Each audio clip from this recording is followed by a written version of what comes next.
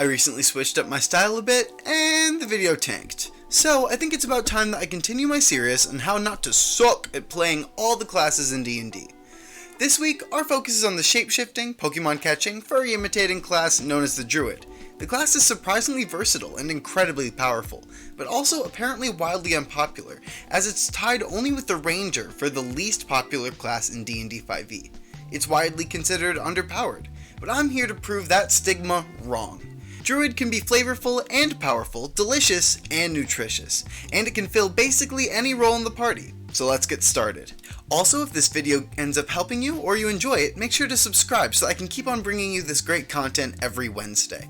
Diving into the shape-shifting nature, boys. At the first level, you get proficiency with light and medium armor and shields, but you have the unique caveat that none of these items can be made of metal.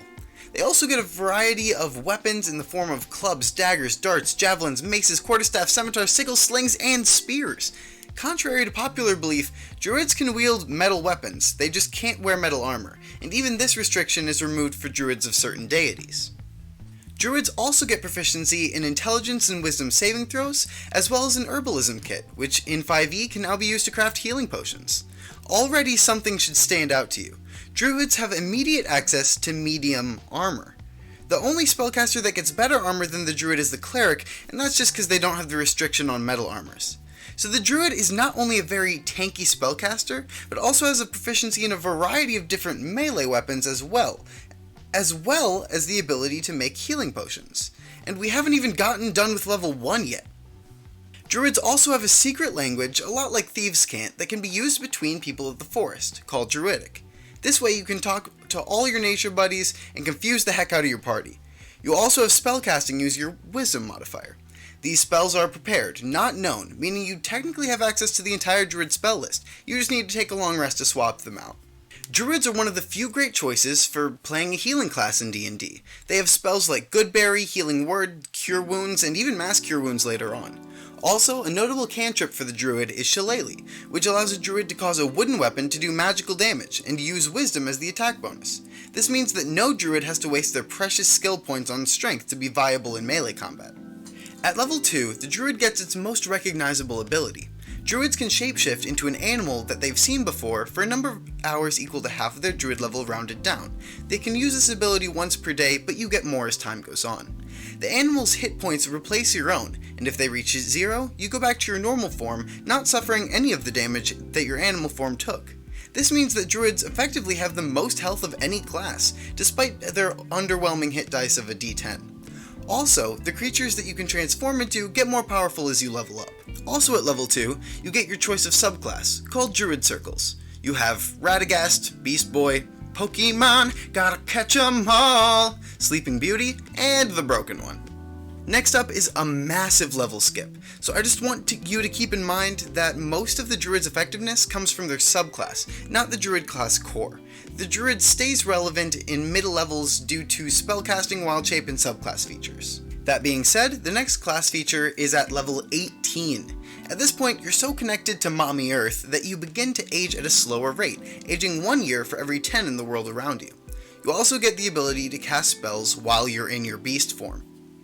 Druid also has one of the contenders for the strongest capstone ability in the game, with Archdruid. This ability allows a Druid to use wild shape without any limits. Because of the way the health system works in D&D, this means that a max level Druid has effectively infinite health, and can basically use all of its spell slots while in that wild shape. This is especially broken for Circle of the Moon Druids that focus on using wild shape in combat in the first place.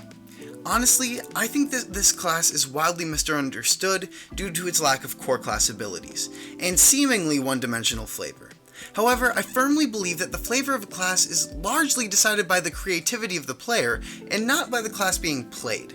And the spells Druids learn can be geared towards area control, damage dealing, or healing, and wild shape as well as certain medium armors allows Druid to be just as tanky as a spellcaster can be.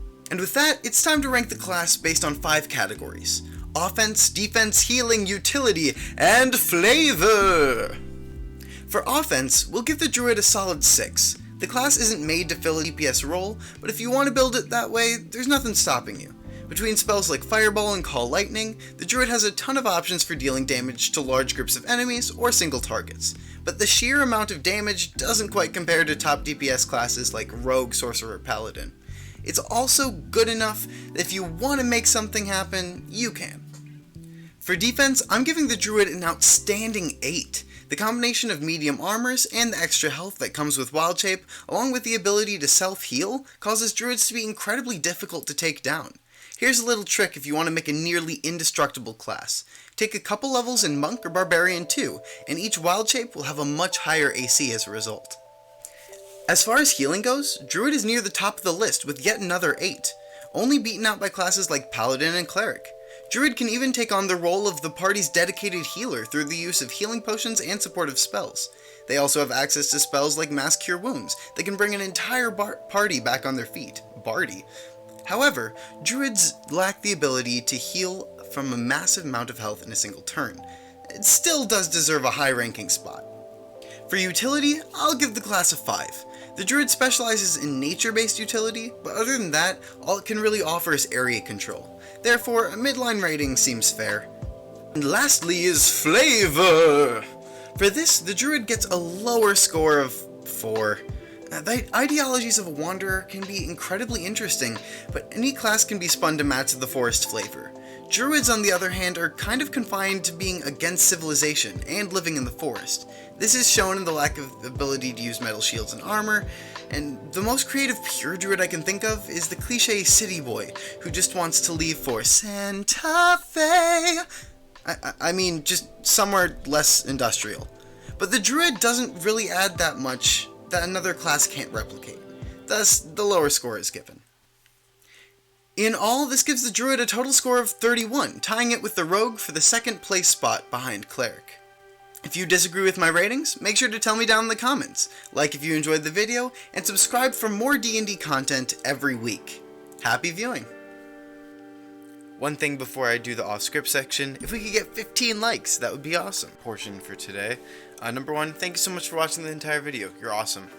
Number 2, I'm really sorry for not uploading last week. It's been crazy. I've had exams. School has been nuts. Hopefully this week's video kind of makes up for it. Speaking of which, I'm sorry for the audio quality. I've been testing out with different kind of mic setups, different settings, trying to see what works, and I ended up getting some kind of ugly peaks. So anyway, I'll leave it at that. Have a great day and have happy viewing. Most importantly, more than anything, stay nerdy.